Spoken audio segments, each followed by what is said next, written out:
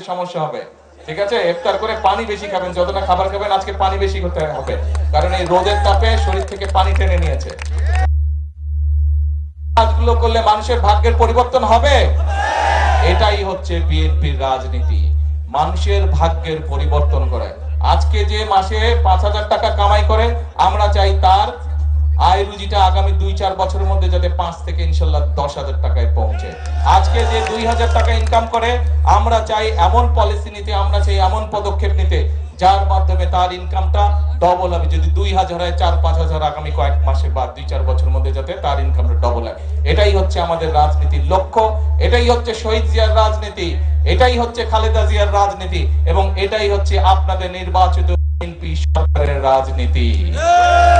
প্রিয় ভাই বোনরা, সেজন্যই কিন্তু আমি একটা কথা সব সময় বলেছি, নির্বাচনের সময় একটি কথা বলেছি, যে দেশটা আপনারা আছেন, আপনাদের হয়তো কেউ কেউ, আমি জানি না, আত্মীয় স্বজন নিশ্চয়ই আছে যারা বিদেশে আছে না? এখানে নিশ্চয়ই অনেকে আছেন আত্মীয় স্বজন বিদেশে আছে। কার কার আত্মীয় স্বজন বিদেশে? তুলেন তো, হাত তুলেন তো। এই যে অনেক মানুষের আত্মীয় স্বজন বিদেশে, আত্মীয় স্বজনের সাথে যখন কথা হয়, ওরা বলে না বিদেশের দেশগুলো অনেক সুন্দর? বলে? গল্প শুনুন না ওদের কাছে। ভাই, ওদের দেশটা যদি সুন্দর হয়, ওকে জিন ভূতে এসে দেশ বানায় দিয়ে গেছে? ওদের দেশে, ওই দেশের মানুষই তো দেশ সুন্দর করেছে না? ওদের তো জিন এসে দেশ সুন্দর করে নেই, ওই দেশের মানুষই তো ওদের দেশকে গড়ে তুলেছে, তাই তো? ওরা পারলে তাহলে আমরা কেন পারবো না? আমরাও ইনশাল্লাহ পারবো। এই দেশের মানুষই 71 সালে যুদ্ধ করে এই দেশ স্বাধীন করেছিল। এই দেশের মানুষই সালে আন্দোলনের মাধ্যমে এই দেশের ছাত্র জনতা এই দেশ থেকে স্বৈরাচার বিদায় করেছিল। কাজেই এই দেশের মানুষই শহীদ জিয়ার সময় এই খাল খননের মাধ্যমে, পানি সরবরাহ বাড়ানোর মাধ্যমে এই দেশ থেকে খাদ্য উৎপাদন দ্বিগুণ করে দেশ থেকে বিদেশে খাদ্য রপ্তানি করেছিল। তাহলে এই দেশের মানুষ যদি এতগুলো কাজ করতে পারে, ইনশাআল্লাহ আপনারাই গড়ে তুলতে পারবেন আগামীর ভবিষ্যৎ বাংলাদেশ। শুধু আমাদেরকে পরিকল্পনা করতে হবে এবং আমাদেরকে সতর্ক সজাগ থাকতে হবে যে বিভিন্ন রকম কথাবার্তা বলে কারা দেশে বিশৃঙ্খলা তৈরি করতে চায়, তাদের বিরুদ্ধে আমাদেরকে সজাগ থাকতে হবে। মানবতার কল্যাণের জন্যই তোমাদেরকে সৃষ্টি করা হয়েছে। এই জন্য বাংলাদেশ জামাত ইসলামী আমাদের কোন অবস্থায় আমরা আছি এটা আমরা চিন্তা করি।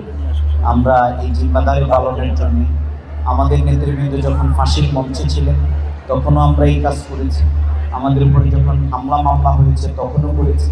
আমরা নির্বাচনে আমাদের বিজয়কে ইঞ্জিনিয়ারিং এর মাধ্যমে ছিনিয়ে নেওয়া হয়েছে, তখনও আমরা এই কাজ করছি। অনেকে হতবাক হয়ে যান যে একটা দলের নির্বাচনে বিজয়কে এইভাবে ছিনিয়ে নেওয়ার পরেও, ভোট ডাকাতির পরেও তারা কিন্তু এই কাজ করতেছে। অনেকে হতবাক হয়ে যান, কিন্তু না, আমরা এই কাজ করেই যাব ইনশাআল্লাহ। সম্মানিত ভাই এবং বোনেরা, সম্মানিত উপস্থিতি, তাই আমরা আজকের এই সুন্দর আয়োজন সাজাবার মধ্য দিয়ে আমরা সবাইকে, সামর্থ্যবানদেরকে আহ্বান জানাতে চাই যে আপনার সম্পদের মধ্যে আমাদের এই অসহায় বঞ্চিত মানুষের অধিকার আছে। আপনার উপরে যাদের উপরে জাকাত ফরজ, আপনি জাকাতটা পরিশোধ করুন। আমরা এই প্রোগ্রামটা করার মাধ্যমে সামর্থ্যবানদের অনুভূতিতে নাড়া দিতে চাই। আমরা বলতে চাই যে এসব অসহায় দরিদ্র মানুষের পাশে দাঁড়াবার দায়িত্ব রাষ্ট্রের। শুধুমাত্র দল দেখে নয়, বরং জনসাধারণের সমস্যার সমাধানের দায়িত্ব হচ্ছে রাষ্ট্রের। আমরা আশা করব আমাদের জনগণ যাতে রাষ্ট্র কর্তৃক উপকৃত হয়, জনগণ যাতে রাষ্ট্র কর্তৃক নির্যাতিত না হয়। আজকের যে সংসদ চলছে, আজকের যিনি সরকারে যারা আছেন, যিনি প্রধানমন্ত্রী হয়েছেন, বিরোধী দলীয় নেতা হয়েছেন, এমপি মন্ত্রী যারা হয়েছেন, তারা কেউই হতে পারতেন না যদি আবু সাইদ মুগ্ধদের মতো হাজার হাজার তরুণরা যদি রাস্তায় নেমে না আসতো। সুতরাং জুলাই আন্দোলনকে অবজ্ঞা করে কিন্তু বড় হওয়া যাবে না। জুলাই আন্দোলনকে অবজ্ঞা করে আপনারা কেউ কিন্তু সম্মানিত হতে পারবেন না, বরং জুলাই আন্দোলনকে কেউ যদি অবজ্ঞা করে তাহলে সেটি হবে শহীদের রক্তের সাথে সবচেয়ে বড় বেঈমানি। এই জন্য জুলাইয়ের যে গণভোট, সেটিকে মেনে নিতে হবে, গণভোটের রায়কে মানতে হবে। যদি গণভোটের রায়কে মানা না হয়, তাহলে এমপি মন্ত্রী যাদের অভিলাষী ছিল না, ডায়েরিতে ছিল না, সেই জনগণ কিন্তু আবার তাদের অধিকারের জন্য রাস্তায় নেমে আসতে বাধ্য হবে।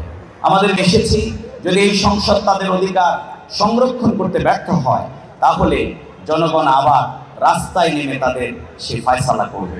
সম্মানিত ভাইয়েরা, আমরা তাই সরকারের কাছে সে আবেদন জানাবো, জুলুম নির্যাতন বন্ধ করতে হবে। এখনো বিভিন্ন জায়গায় দাঁড়িপাল্লার পক্ষে 11 দলীয় জোটের পক্ষে যারা ভোট দিয়েছিল তাদের উপরে নির্যাতন হচ্ছে, অবিচার হচ্ছে, এগুলো কিন্তু বন্ধ করতে হবে। আমরা আসুন একটি মানবিক সুন্দর বাংলাদেশ, সন্ত্রাস এবং দুর্নীতি মুক্ত, চাঁদাবাজি মুক্ত একটি গুলশান এবং লক্ষ্মীপুর করবার জন্যে, একটি বাংলাদেশ গড়ে তুলবার জন্যে আমরা আজকে ঐক্যবদ্ধ হই। আপনাদেরকে সেই ঐক্যবদ্ধ হওয়ার জন্য আমরা আহ্বান জানাচ্ছি। আপনারা কে কাকে ভোট দিলেন এটা আমরা জানতে চাই না। আমরা জানতে চাই এটি আপনার অধিকার, সম্মানের সাথে আপনাকে এটা পৌঁছে দিতে হবে, এটা আমাদের ইমানি দায়িত্ব। সুতরাং আমরা সেই বিবেচনায় কিন্তু এই প্যাকেট বন্টন করিনি। আগামী দিনেও আপনাদের সুখে দুঃখে প্রতিটি মানুষের অধিকারের জন্য আমরা আমাদের এই লড়াই অব্যাহত রাখব। শহীদ ওসমান হাদির স্বপ্নের বাংলাদেশ, ইনসাফের বাংলাদেশ নিশ্চিত না হওয়া পর্যন্ত, দুর্নীতিমুক্ত একটি বাংলাদেশ আমরা প্রতিষ্ঠা না করা পর্যন্ত আমাদের এই সংগ্রাম কিন্তু অব্যাহত থাকবে। আমি আবারও মাহে রমাদানের আজকের সেই ঐতিহাসিক দিন লাইলাতুল কদর, আমরা হয়তোবা আজকের এই কদরের রাত্রি আমাদের সামনে, আল্লাহ তাআলা যেন আমাদের সবাইকে ক্ষমা করে দেন। আমাদের এই জাতির স্বাধীনতা, সার্বভৌমত্ব, এই জাতির স্থিতিশীলতা যেন আল্লাহ তাআলা নিশ্চিত করেন। গোটা বিশ্ববাসীকে যুদ্ধ বন্ধ করবার জন্য, যুদ্ধবাজদেরকে আমাদের স্বাধীন সার্বভৌম রাষ্ট্রগুলোতে আঘাত এনে, যেখানে ইরানের উপরে যে অমানবিক নির্যাতন, তাদের সুপ্রিম লিডারকে যেভাবে হত্যা করা হয়েছে, আমরা মনে করি এটি মানবাধিকারের সবচেয়ে বড় লঙ্ঘন, বিশ্বের আইনের সবচেয়ে বড় আমরা মনে করি অধিকার হরণ, সেটি বন্ধ করতে